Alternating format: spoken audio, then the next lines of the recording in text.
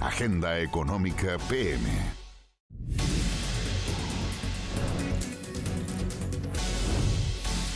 Bienvenidos a una Agenda Económica PM de este miércoles que estuvo marcada por el desplome del petróleo de casi 20% en algún momento de este miércoles.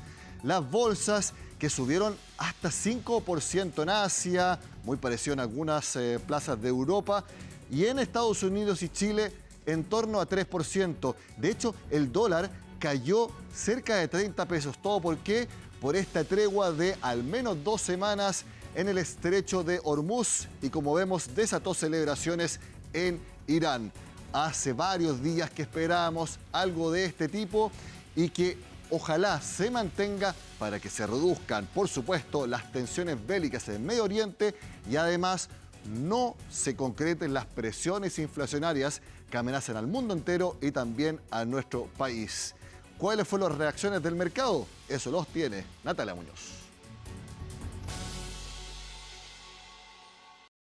Paños fríos a la incertidumbre económica mundial. Es que la eventual apertura del estrecho de Hormuz tras el acuerdo de alto al fuego de 2 semanas entre Estados Unidos e Irán trajo una caída de más de $20 en el precio del petróleo. El barril del crudo WTI se desplomó más de 16% y bajó de $100. En tanto, el Brent rondó los $90 el barril durante horas de la mañana de este miércoles. Si bien son buenas noticias, aún es prematuro sacar cuentas alegres. Es prematuro pensar que el desplome que vimos de los precios del petróleo va a perdurar o si es que esto, se va a revertir. Porque estamos en un escenario de excesiva fragilidad donde cualquier nuevo anuncio o desviación del anuncio del fin a la tregua, de la tregua de 14 días, podría hacer que nuevamente se disparen los precios al alza. Donde sí se registró euforia fue en las bolsas y los números son elocuentes. En Asia, el Nikkei japonés lideró las alzas con más de 5%, mientras que en Europa las plazas de Frankfurt y París repitieron esa magnitud,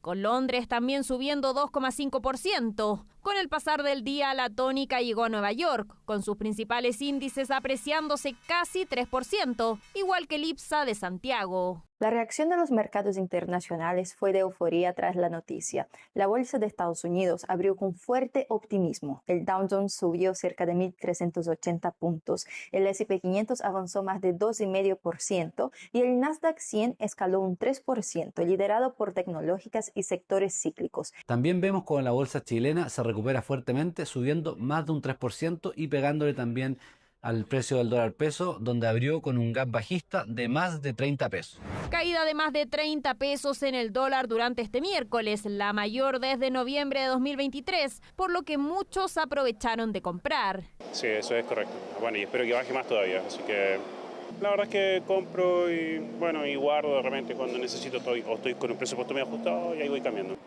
Sí, ha bajado un poco. Vengo a comprar haciendo como temas de presupuesto nomás, como viendo, pero sí, efectivamente ha habido una baja del dólar, así que por eso estamos aprovechando aquí de comprar. El billete verde cerró bajo 900 pesos, con el optimismo de los mercados que aún se mantienen expectantes al desenlace del conflicto en el Medio Oriente. Si bien el dólar ha mostrado cierta recuperación desde su apertura en torno a los 892 pesos, lo que ocurra en los próximos días será clave. Este ha sido un conflicto marcado por alta volatilidad, por lo que avances hacia un acuerdo definitivo podrían seguir presionando el dólar a la baja, incluso acercándolo a mínimos del año en torno a los 850 pesos. Incertidumbre internacional que presiona la economía local. Para los que tienen inversiones, ¿qué se recomienda? En el contexto actual, que en el corto plazo será más inflacionario, la renta fija local en UF puede ser una alternativa atractiva de inversión. Ante este escenario, la recomendación es no tomar decisiones apresuradas de inversión, mantenerse invertido de acuerdo al perfil de inversionista, que considera, entre otras cosas, el horizonte de inversión y la tolerancia al riesgo, y por último, mantener una cartera diversificada. Escenario de optimismo por estas 2 semanas. Luego advierten los expertos que continuará la incertidumbre.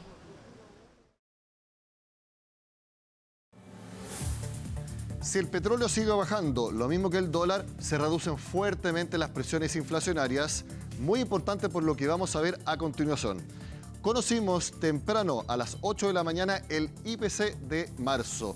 Se sabía que sería alto, se esperaba 0,8%, fue mayor, fue 1%, y fíjense, mucho más alto que los IPC anteriores. En agosto fue 0, en septiembre fue 0,4, 0 en octubre, 0,3 en noviembre, caída de 0,2 en diciembre y llegamos, miren, a marzo, 1%, de acuerdo a lo informado por el Instituto Nacional de Estadísticas. Bueno, todavía falta abril, que va a ser más alto. De hecho, se cree que va a ser en torno a 1,6%.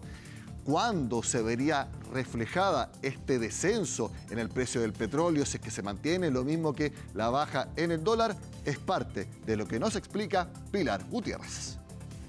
Ellos son los responsables que le suba la benzina, le suba el pan, le suba el transporte a millones de familias de Chile. Señor Quirós, así no se gobierna un país. Esto no es una empresa privada. Suben las críticas hacia el gobierno por los precios de los combustibles en Chile. Fueron las reacciones luego de conocer el IPC de marzo de 1%, mayor a lo esperado como resultado de las alzas en la gasolina que ocurrió 2 semanas atrás. Estamos viendo cómo sigue la situación.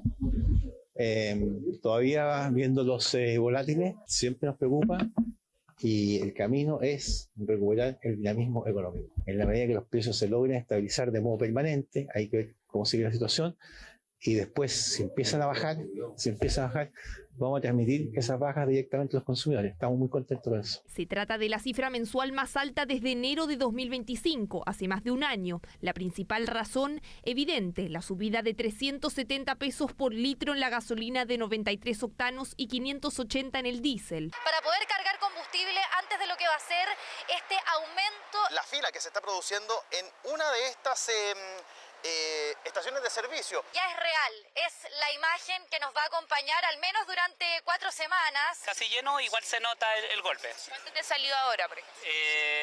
Casi 60. ¿Y antes por la misma cantidad? 40. A raíz de esto, la gasolina subió 8,2% en marzo y el transporte aéreo internacional 15%. En menor medida, la División de Educación también contribuyó al alza del IPC del mes, subiendo 5,5%. Recién ahora en marzo estamos viendo los efectos directos del alza de los combustibles, principalmente en la división de transporte.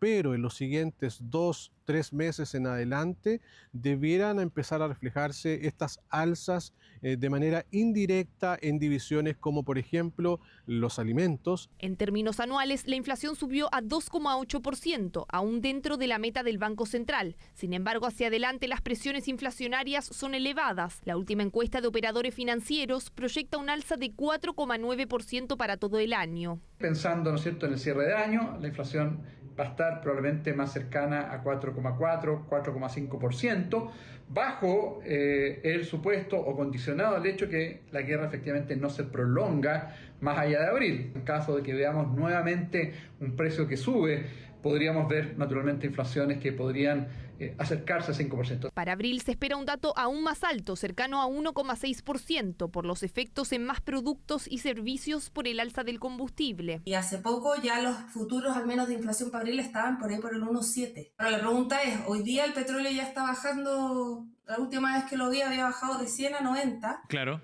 Entonces, hay que ver cómo pega eso, pero yo tengo la impresión que no es tan directo porque el MEPCO te va calculando las semanas de precios internacionales con cierto rezago. El elevado IPC de marzo volvió a despertar las presiones políticas para bajar los precios del combustible a nivel local. Como el gobierno no ha tomado medidas, nosotros el día de ayer hemos ingresado un proyecto de ley para derogar el decreto que dejó sin efecto el MEPCO y así el costo o el alza de las bencinas no sea tan abrupto. Estamos decididos a contribuir a solucionar los problemas que está creando el ministro Quirós, donde ya ha comenzado un alza de la inflación que podemos contener, inyectando recursos directamente al mecanismo de estabilización del precio de los combustibles. El responsable del aumento de estos precios, entre otras cosas, es el descalabro financiero que nos ha heredado el gobierno del presidente Boric. Lo cierto es que con el IPC de 1%, la UF subirá 398 pesos durante el próximo mes, superando los 40.000 pesos en los próximos días. Veamos entonces ahora cómo ha ido evolucionando la inflación anual, que como veíamos llegó a 2,8%, aún levemente bajo la meta del Banco Central, que es 3%. Como vemos en los últimos meses bajó bastante. Yo se los dije acá en Agenda Económica, el Banco Central estaba listo para bajar la tasa de interés y de esta manera llegar a la tasa neutral. El conflicto en el Medio Oriente cambió todo. En abril va a subir esta inflación anual sobre el 3%. ¿Qué es lo que suceda después? Incertidumbre total. Si se mantiene la tregua, ojalá sea así, podremos seguir en este rango y eventualmente volver al objetivo del Banco Central en el corto plazo. Todo lo veremos en las próximas semanas. Hacemos la pausa en Agenda Económica. Es miércoles, Agenda Empresarial. Estaremos conversando con el CEO de Sonda para conocer los planes de la tecnológica nacional enfocada, por ejemplo, en Brasil. Ya volvemos.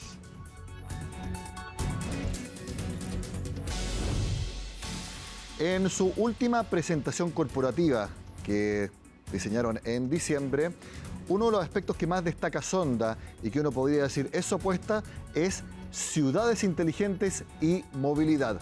Todo esto, por supuesto, cruzado por la inteligencia artificial, la digitalización en todas las industrias en que opera. Les quiero contar esto porque acá en Agenda Económica y en nuestro segmento Agenda Empresarial nos acompaña el gerente general, CEO de Sonda, Marcelo Castiglione, a quien le agradezco por acompañarnos. Marcelo, bienvenido a Agenda Económica.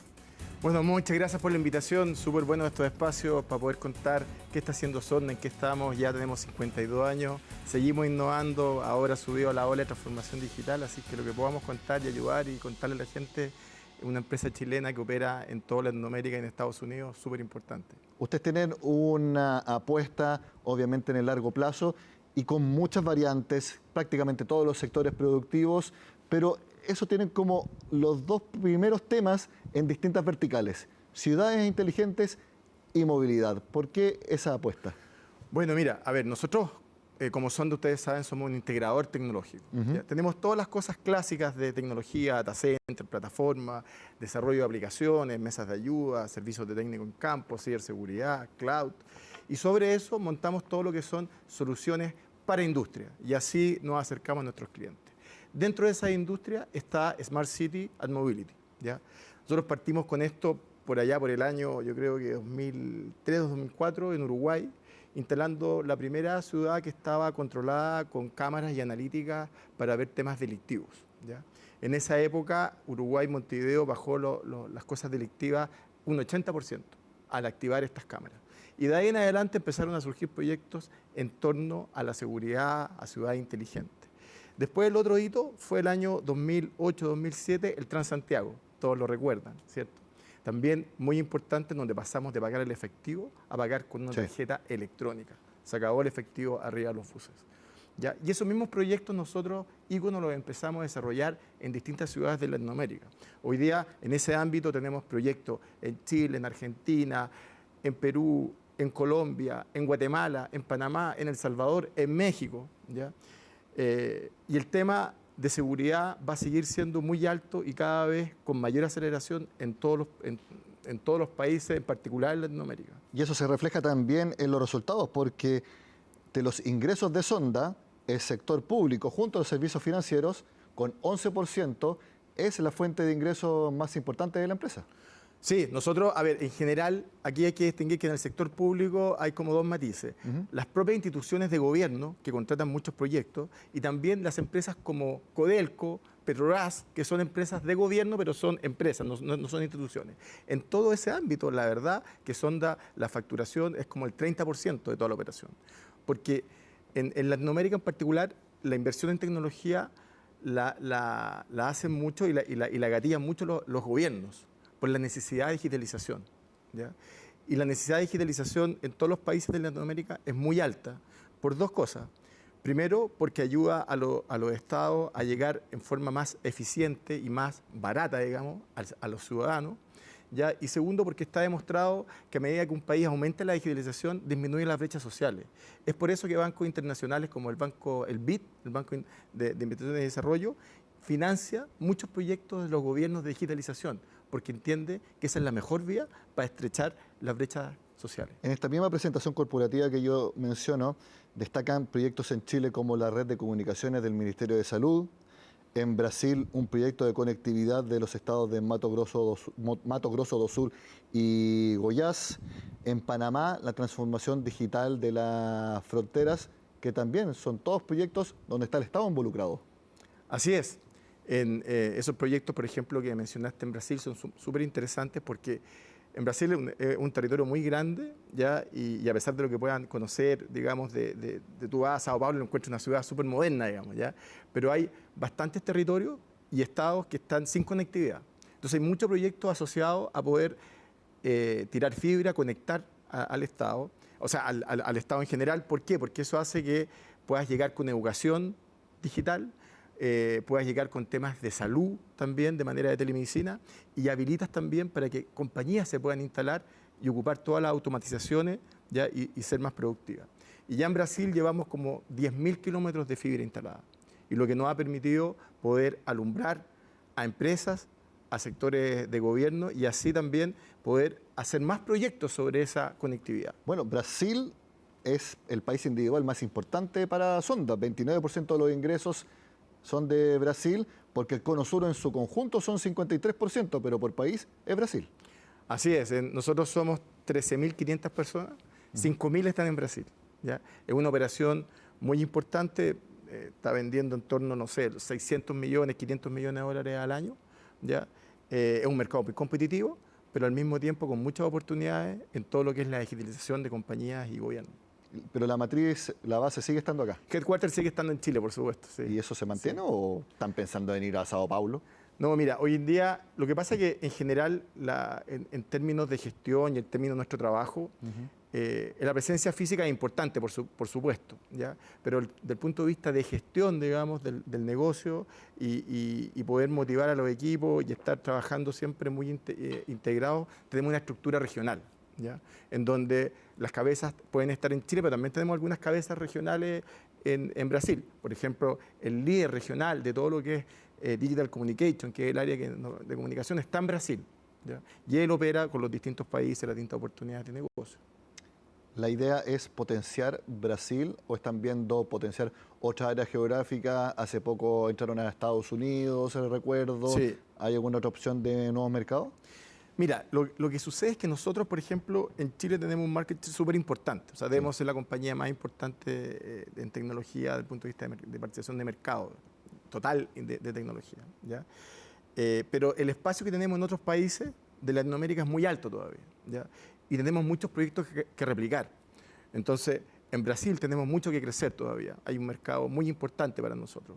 Colombia y México son otros dos mercados que nos interesan mucho por su tamaño y porque tenemos muchas oportunidades de crecimiento, ¿ya? Y así, por ejemplo, en México, el año 2025, a comienzo, a final de 2024, hicimos nuestro primer proyecto de electromovilidad.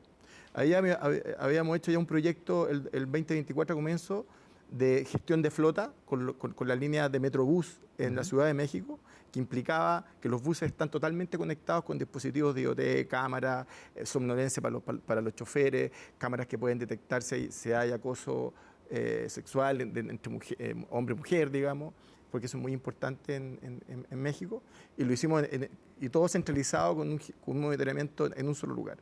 Y después salió recién en México estaban instalando los buses eléctricos y nos presentamos a la licitación y pudimos implementar todo lo que es la recarga y el abastecimiento eléctrico de la flota eléctrica en la Ciudad de México. Y lo hicimos integrado al proyecto que teníamos antes. Ya, un proyecto súper relevante que ha funcionado muy bien en Uruguay, en México. Partimos con esto de electromovilidad, ahora lo estamos tratando de exportar a otros países. Partimos allá, no en Chile, partimos en México en ese proyecto. Y hace 2 semanas nos adjudicamos otro proyecto muy importante en conjunto con Siemens, que es toda la señalética y las comunicaciones de un tren súper importante en México, en la zona de Querétaro, con un proyecto para nosotros de 58 millones de dólares. Me imagino que esto es parte de lo que van a contar en la Junta de Accionistas, que el 15 de abril.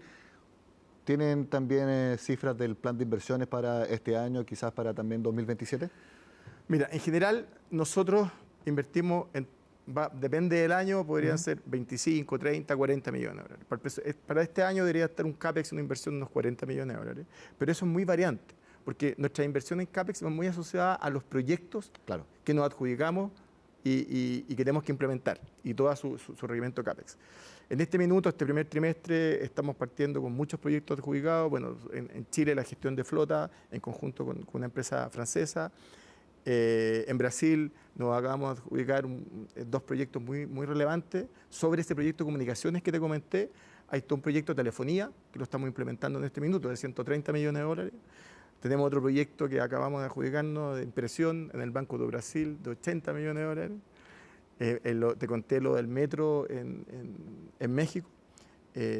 Salió hace poco en la prensa. También vamos a administrar todo lo que es el tema de gendarmería, de las tubilleras de las personas que están libres pero están en domicilio, no en cárceles, también lo vamos a administrar nosotros. ¿Ya? Entonces, están saliendo proyectos en toda esta efervescencia que es la digitalización, en donde estamos tratando de apoyar los gobiernos en todos estos proyectos. Generalmente los gerentes generales, valga la redundancia, no les gusta comentar los resultados en bolsa. Lo que ha pasado con la acción de Sonda ha marcado una baja de 11% en lo que va de 2026 y de 25% en los últimos 12 meses. ¿A qué lo atribuye? Mira, básicamente Sonda del año... A ver, son una compañía de 52 años, ¿ya? En donde hemos estado permanentemente innovando, por eso no hemos podido mantener activo en esta industria. Lógicamente una industria que los márgenes de hace 50 años, los márgenes hoy día han cambiado mucho, ¿ya? Y como toda la industria, en todos los países y en todo ámbito, hay un tema de eficiencia, de automatización que hay que ir incorporando, sí, ¿ya? Y hay también temas donde nosotros, y eso seguramente lo viste en nuestro plan estratégico, es ser socio de nuestros clientes y por lo tanto conocer mucho sus procesos de negocio y poder agregar valor y así saltar de la venta de commodity a productos de valor, ¿ya? Y eso ha sido muy importante en los últimos, no sé, 5 años, del año 21 al año 25, pasamos de vender 900 millones de dólares anuales a 1.600 millones. O sea, crecimos a un crecimiento compuesto más o menos del 13% al año. Eso es muy difícil sostenerlo en el tiempo, ¿ya? Pero era muy importante para nosotros para lograr una escala suficiente en donde ahora nuestro desafío es tratar de ser más eficiente ocupando ese tamaño que tenemos, ¿ya? Aparte de agregar valor en nuestras soluciones, estar en estos proyectos grandes que te estoy comentando, en donde nuestro tamaño también nos ayuda mucho a crecer a costos marginales decrecientes. Y por lo tanto esperamos que el desafío que viene ahora, tal como lo viste, es mejorar estos márgenes en los próximos años. Porque los ingresos han ido subiendo, por lo menos yo vi de los últimos 5 años, tuvieron EBITDA positivo también al final de 2025, entonces el desafío para convencer al mercado es que mejoren estos márgenes. Y ese es nuestro plan estratégico. Nuestro plan estratégico es crecer las soluciones de valor de cara a nuestros clientes y al mismo tiempo mejorar los márgenes de la compañía. Y también porque muchos de los clientes que le piden ayuda a ustedes, los expertos en digitalización y en procesos, es precisamente ver cómo sus procesos internos pueden ser igual o mejores, pero siempre más baratos. Así es, ¿no? En esta industria uno siempre se va en el desafío de incorporar tecnología, pero una tecnología que haga que los procesos de nuestros clientes sean más eficientes. Hoy día, todos sabemos la inteligencia artificial lo que está produciendo en el ámbito de eficiencia, sí, ¿ya? En donde, como podemos ver hoy día, a lo mejor, quizás hace unos años atrás, el desafío de la inteligencia artificial era automatizar, bajar algo de costo para capturar rentabilidades mayores, ¿cierto? Hoy en día, incorporar inteligencia artificial es poder mantenerte sustentable en los siguientes años, porque la competencia van a estar toda la industria siempre incorporando esta automatización, esta eficiencia, y por lo tanto, si no puedes incorporarla, pierdes totalmente la presión de mercado. Nosotros en nuestros servicios de mesa de ayuda, de data center, de desarrollo, está todo hoy día con motores y agentes de inteligencia artificial. Marcelo, la última pregunta, política. Con la llegada de un nuevo gobierno se mantiene la perspectiva de que se baje de 27 a 23% el impuesto a las empresas. Para una empresa como Sonda, ¿qué significa una medida como esa? Yo creo que cualquier medida que apunte a que haya mayor inversión en un país va en la línea correcta del desarrollo económico y la disminución de la pobreza y la disminución de las brechas sociales. Como yo te decía, la digitalización es algo que impulsa esto y esto implica que las empresas tengan que invertir. Entonces, si las empresas pueden invertir y ven un escenario estable, controlado, van a tener mayor disposición, lógicamente. ¿Y digitalización, por ejemplo, para reducir la permisología? Por supuesto, existen en distintos países en Latinoamérica en estados de arte distintos. Hay países donde tienen todo el tema asociado a lo que se conoce acá como el conservador de bienes raíces, todo digitalizado, digamos. Entonces es mucho más ágil y al mismo tiempo permite una fiscalización mucho más exhaustiva y en poco tiempo, digamos. Marcelo Castiglione, CEO de Sonda, muchas gracias por haber estado con nosotros acá en Agenda Empresarial de Agenda Económica. Gracias, hasta la próxima. Muchas gracias también por ustedes por acompañarnos. Sigan acá en CNN Chile.